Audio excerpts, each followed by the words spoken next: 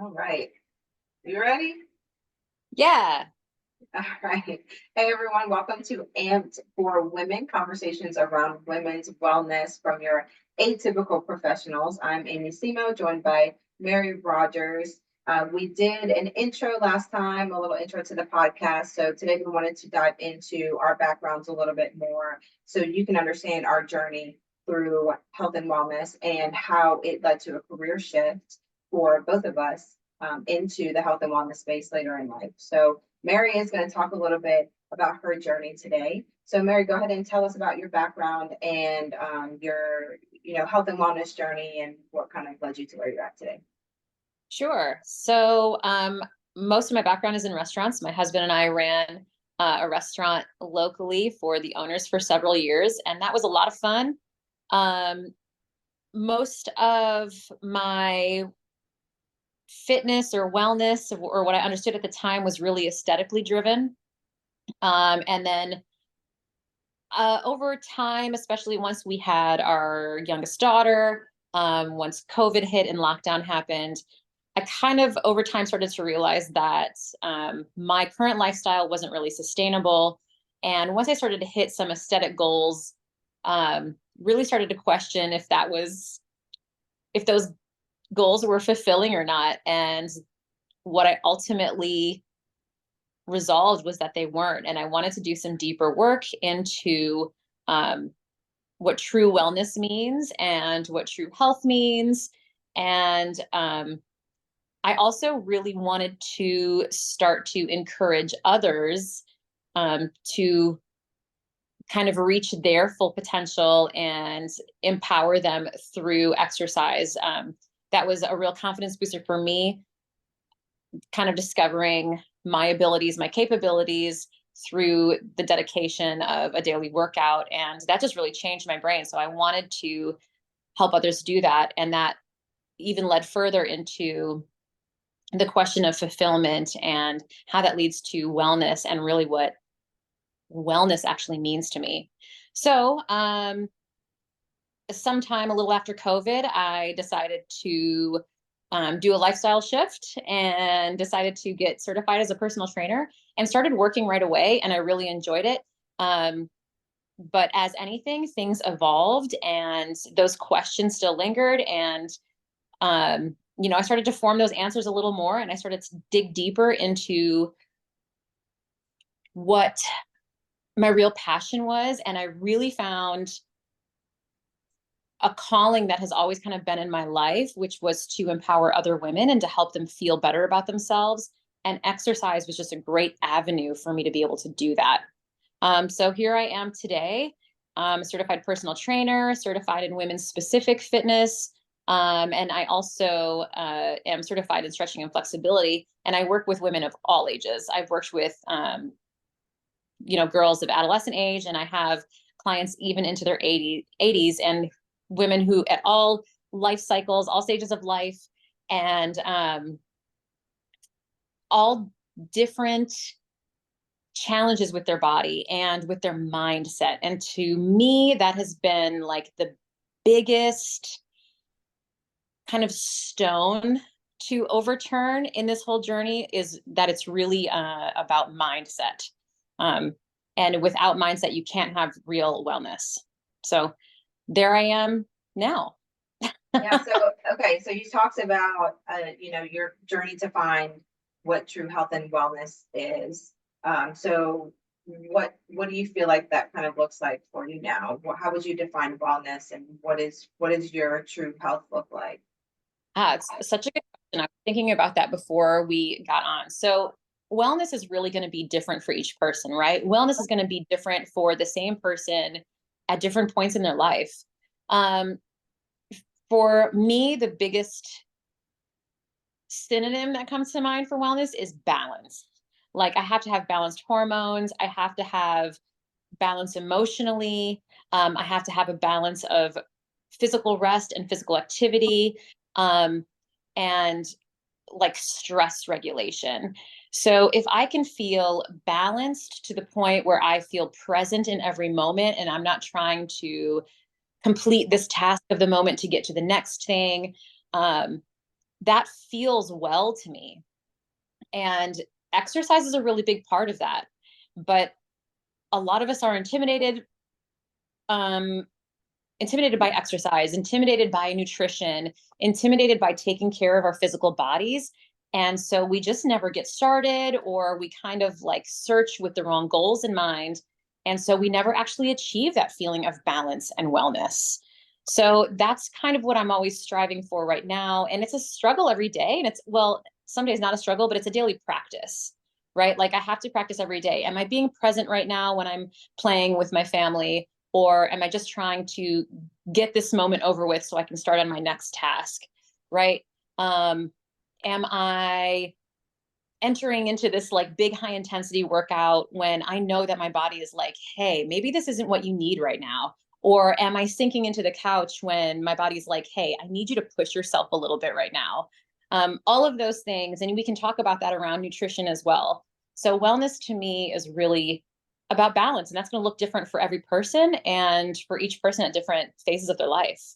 And mindfulness. I think that you're speaking to Oh that a yeah. lot. And Yeah. talk about this a lot, that we don't have mindfulness, but we don't understand our own bodies. We don't know when we are okay, when we're not okay, when we're hungry, when we're not hungry. We don't have that insight into our own bodies for, various reasons, like culture and, what is being Yeah. spoken to us every day. But yeah, so that it sounds like that's what you're talking about, and that is super important. So, how do you find that balance for yourself? Like, what are the most important ways that you manage stress? Oh, that's such a great question. So again, it's about balancing all of those things. And I think you kind of talked about tuning into your body, and something that I've said a lot to a lot of my clients is your body is going to tell you what it needs, and we just have to learn the language. And so that's where the mindfulness comes into play. So I really think that my journey toward wellness kind of started with a suggestion to meditate, and that kind of brought the idea of mindfulness into my life. This was maybe 7 years ago, and that was really transformative. It really helped me tune inward mentally and physically, and I mean, not even talking spiritually, just paying attention, and that was such a game changer. um, so those are things I still practice today. Do I meditate in the same way that I did when I first started? Not always. Sometimes if I'm doing yoga and I finish with a long meditation, sure. But sometimes just a daily walk is so meditative to me. And that space for me where I can recenter. And that'll motivate me maybe to lift heavy that day, or um, do something with a little more cardiac output. It'll motivate me to spend time with my family in an active way, or to be active with my friends. And it's also just time for reflection. So a lot of those things that are swirling around in my mind, if I happen to be really stressed that day, I can kind of sort them out, And if not, it just gives me at least a moment of escape to breathe. Mhm. Yeah, that. So I've tried meditating this year. It was like at the beginning of the year, I was like, I'm gonna try this, and I did. I was pretty consistent for a while. I mean, let's say 4 days a week, which is going from 0 to 4 days a week is a lot. Yeah. I think I backed off of it. I haven't done it in a while, but it helped in the beginning. It helped me start to calm my mind a little bit, or just you know de-stress in the sense that I could acknowledge that, okay, my brain is constantly moving, and be able to be okay with it in a sense, if that makes sense. I don't know if that makes sense, but Yeah. I didn't continue with the meditation, but I have been doing yoga, which is something that I didn't do before. So I think that is a kind of a meditation for me. Yes. Um, But what would you, so if somebody wanted to start meditating, or somebody like me, where I tried it and I could never really keep up with it. I've tried it a few times in the past too. How would you suggest that they start with it? what should they do, or what are the best ways to practice it if you have never done it and you have trouble really like just sitting down and being still? Uh, I would really recommend like a guided meditation, like some kind of app. There are tons of them on there. There's even stuff on YouTube. I started with the Calm app, but there are so many options out there now. And the reason I recommend something guided to begin is because when the suggestion was first made to me to start meditating, I'm like, no, no, no. I get the concept of meditating. It's not that big of a deal. Like I can clear my mind, no problem. Um, but once I don't know what made me do it. Once I actually just like tried a guided meditation, it really kind of opened some things up to me. Again, it doesn't have to be spiritual. It can be if you want to make it that, but it doesn't have to be. It was really about like kind of a set of principles of compassion with yourself. Like, um, hey, just take a moment. You're just breathe. Just take a moment to breathe. Focus on your breath and try to stay focused on your breath to release your mind of like excitable thoughts. Okay. And the reason behind that is to kind of like calm your nervous system. Okay. And give your body, your muscles, your mind kind of a chance to reset and recover, put yourself in that rest and digest mode for a few minutes. And every time you notice that your mind drifts from your breath, you can just be very compassionate and just say, oh, my mind wandered, because that's what it's designed to do, and bring yourself back. So, and then it turns into this mental exercise. You're able to stay more present. So next time you're faced with this stressful situation, you are now conditioned to pause for a second and take a breath and be like, wait. And that'll allow you to think things through, maybe even just for a split second instead of running away with your emotions. So those things were brand new concepts to me when I first started meditating. And so having a guided meditation helped teach me that and helped and showed me that perspective. And it just made a lot more sense physiologically, right? Like before I thought it was it was supposed to be this really spiritual, transcendent, almost psychedelic experience. And again, it can be that. If that's how we want to use it, excellent. But there's physiology behind it. And it's really, really important for our nervous system to be able to come down like that and to have some kind of regulation where you can actually initiate that for your nervous system. So having that guided meditation helped me learn that. And so now I don't necessarily need to turn on the app to initiate that process for myself. Yeah, a sense of awareness. I think that's what it did for me, was able to say like, okay, Yeah. I am trying to do this, but I'm thinking about this, so I'm going to pin it over here and come back to it. And it was Yeah. just like being aware of what's going on in your head and sidebarring it, or working through it at the time. So yeah, I think that was exactly what I was talking about, my experience with it. Okay, so tell me, what are some of the biggest challenges you've faced on your path, your wellness path, your journey through health and wellness, and what are the challenges you faced? How did you overcome them? And then what are the challenges you see in people today, maybe your clients or other people that you speak to about health and wellness? Biggest challenge for me, and it's the same one that I see in a lot of my clients, is aging. Uh, our bodies work differently and respond differently to the things that we do as we age. And that can be really scary and that can be really frustrating, really discouraging. And just when, I think that I am over the societal conditioning of what my body's supposed to look like, or I'm over disordered eating, or I am I'm really comfortable in my own skin, then I'm suddenly really aware of my age and how much different I am than I was Right. 20 years ago. And that can Yeah. be so jarring. And I see it all the time. You and I talk about it a lot with some of the clients. We see it all the time, and it can be really, really scary. And changing my perspective from having to have the perfect body or having to look a certain way to I'm doing this so I can age in a healthy way, kind of keeps me in the right lane, Right. keeps my brain in a healthier spot about it.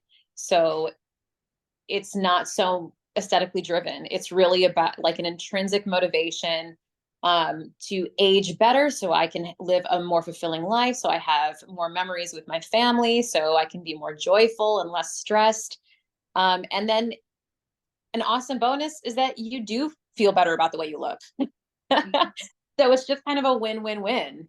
You Yeah. know, it's really hard, especially for, you know, women of a certain generation who are still believing a lot of these outdated views about what our place is in the world.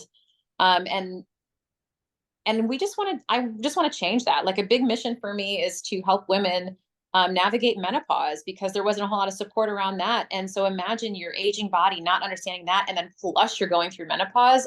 Ugh, you know what I mean? And then like no one's supporting you.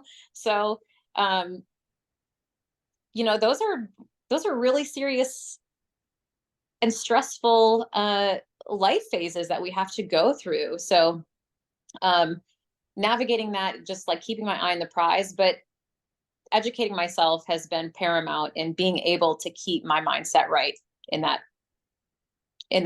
arena.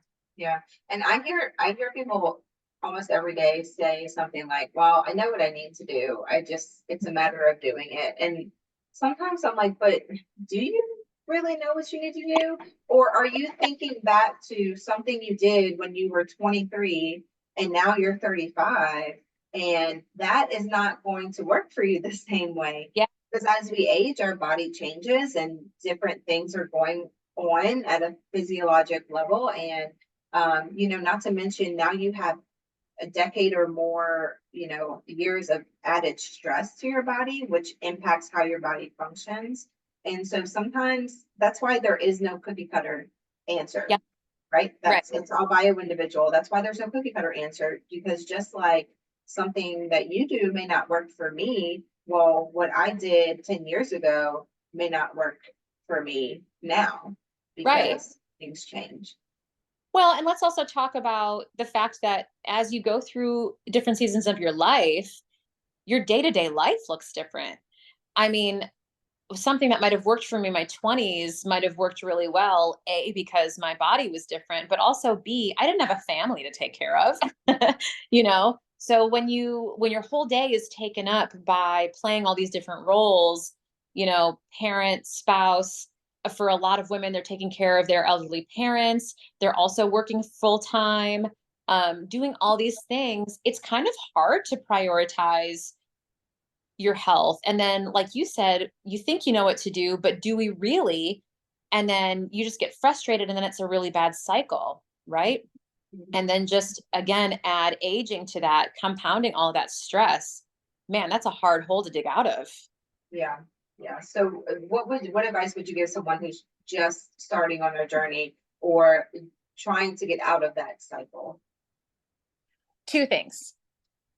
First thing, try to prioritize your sleep schedule, clean up your sleep hygiene. Yes, That's going to I change your world. second that. I second that. What's it? Snaps, ditto. Yeah, Yeah. that change your world. You, first of all, it's going to regulate so many hormones, and I'm not just talking about sex hormones. I'm talking about um, like your appetite hormones, right? Like your mind will be clearer. I think at this point there's been so much conversation in the last like 5 years about the importance of sleep hygiene. We kind of all get it, but in case you're new to that conversation, Mhm. clean up your sleep hygiene. It is number one. Okay, you shouldn't even really be exercising if you're not getting the right amount of sleep. That could be really dangerous. But your brain is going to work better, your heart rate is going to be lower, you're going to be less stressed, everything is going to just be so much better.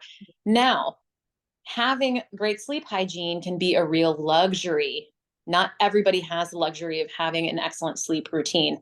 Young moms, or not young moms, like any mom New has a, moms. right, yeah, new moms. um Maybe someone is like just in a phase of their life where they literally have to work all the time. Let's talk about students who have to support themselves going through school. Sometimes it is just a luxury. We don't have that in every season of our life. So do your best, okay? But make it a priority the best you can. 6 hours of sleep is not enough, okay? The other thing is find a way to move that you enjoy. And the most underrated, I believe, the most underrated exercise is walking. Like, just start walking on a regular basis as many days out of the week as you can, even if it's for 10 minutes. And if you don't want to walk, then dance for like 4 songs in your living room, but just do something that you enjoy that gets you moving. And an article I read recently that really spoke to me and I think is really important. It talked about the importance of social activity for us. And I think that's important too. So maybe not just taking a walk every day, but if you have a friend that you want to spend time with, instead of going out to lunch, 3 times a week, maybe you go to lunch and then you also take a walk together. You know what I mean? And get that social interaction in that fuels, your heart and body at the same time.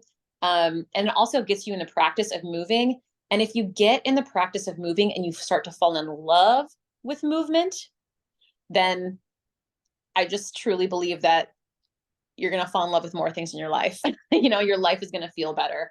So sleep and then find a way to move that you enjoy on a regular basis, and it'll kind of fall into place. What's your favorite way to get daily movement in? My walks, my daily walks. I do enjoy my walks now too. Yeah. Yeah. Like I just being outside, especially when the weather is nice, it's probably my favorite thing besides my family. It's just such an easy way to feel gratitude for where I live and just to be able to be outside. I know that that is also something that not everybody has and that we don't have all throughout the year. And sometimes I want to just listen to my own music and jam out, and that's nourishing to me also. Mm-hmm. Yeah. Yeah. And then playing with my family.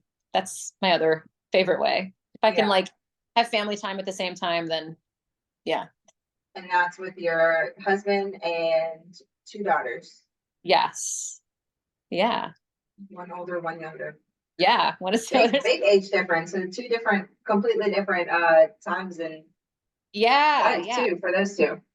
So it's a lot of fun. Yeah, I get both perspectives. I get to just like be silly with the younger one, go to the park sometimes, and like pushing her on the swings. By the way, if you have a kid and they like to swing, pushing them on the swings is like a full body exercise.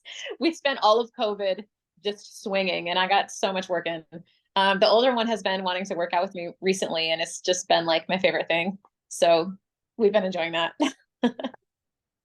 All right, let's do one more question and then we'll do some fun questions about you. So what do you hope that listeners or viewers of this will take away from Amped? I hope that viewers slash listeners or tuner-inners will subscribers. Yeah, there you go, subscribers. I want people to feel less intimidated about taking, I don't know if control is the right word, but kind of taking the reins for their health and wellness, knowing that it is within reach. Movement and getting proper nutrition doesn't have to be scary. It doesn't have to feel like a punishment. It can be really, really fulfilling, and anyone can do it, no matter where you're starting from, no matter what your situation. There's always something you can do, and it can actually be enriching and fulfilling and joyful. It doesn't have to be a scary, terrible feeling punishment kind of activity. Mm-hmm. Mm-hmm. Very good. Also, I want them to know that they're perfect the way they are. They don't need to look a certain way to have value. They're already fully valuable exactly as we all are. Yes. That's number one. Ditto. I concur with that. Okay, what is a hobby or a passion you have, or what's something that might surprise people to know about you? It can be anything. It doesn't have to be health and wellness related. I don't know. Is anyone ever surprised by anything I say? I don't know. I have this fun fact.